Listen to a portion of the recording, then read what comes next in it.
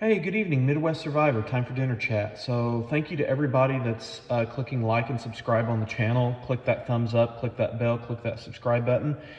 Thank you to everybody that's checking out the Facebook Shorts, the Lemon8 post, the TikTok post, the Pinterest post, and the X post.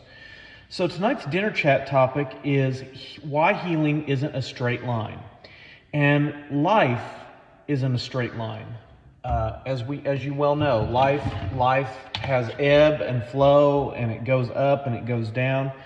And healing is exactly the same way. Healing isn't a straight line. You know, moving backward doesn't necessarily mean that you're failing. It doesn't mean that you have failed. It just means that you're taking a little bit more time to heal than most other people. Many people expect recovery and healing to happen in a straight path. Pain, healing, happiness.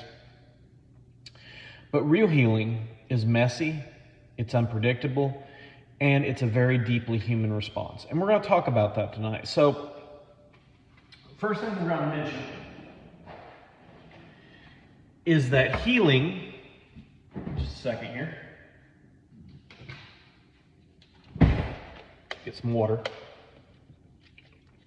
Healing happens in layers. Now, a layer is basically, think of like a sandwich. You know, you got your bread, you got your meat, you got, it's layered. You know, you may think that you've dealt with loss, trauma, or painful experience, only for those things to resurface months and years later, either through a triggering mechanism or just something you thought of. That's not because that you failed, it's just because that healing often reveals itself in layers. Number two, progress doesn't always feel like progress. There's some days that you're going to feel strong, hopeful, confident. There's other days that you're going to feel like that you couldn't tear a piece of paper. And that's okay. Both experiences can exist in the same healing journey, sometimes even in the same day. So, triggers are part of recovery.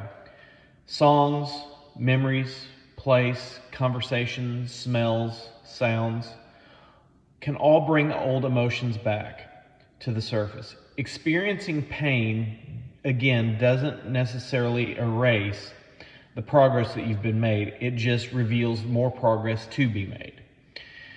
And number four, growth requires grief.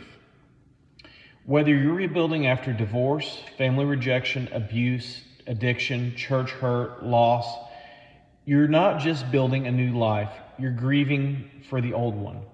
And before you build new, sometimes you have to rip out and get rid of some of the old things. Number five, comparison makes healing harder. Whenever you have people in your life that are constantly saying, well, you should be beyond this by now, or you're watching somebody else going through something similar and they seem like they're handling things better. Looking at someone else's healing recovery can make you feel like that you're falling behind. Healing isn't a race. There is no universal timeline, guideline, or deadline.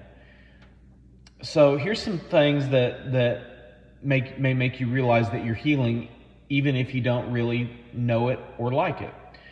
You recognize unhealthy patterns more quickly. You see things, you hear things, you recognize things quicker. You set boundaries that you could have never set before. You recover from setbacks a lot faster.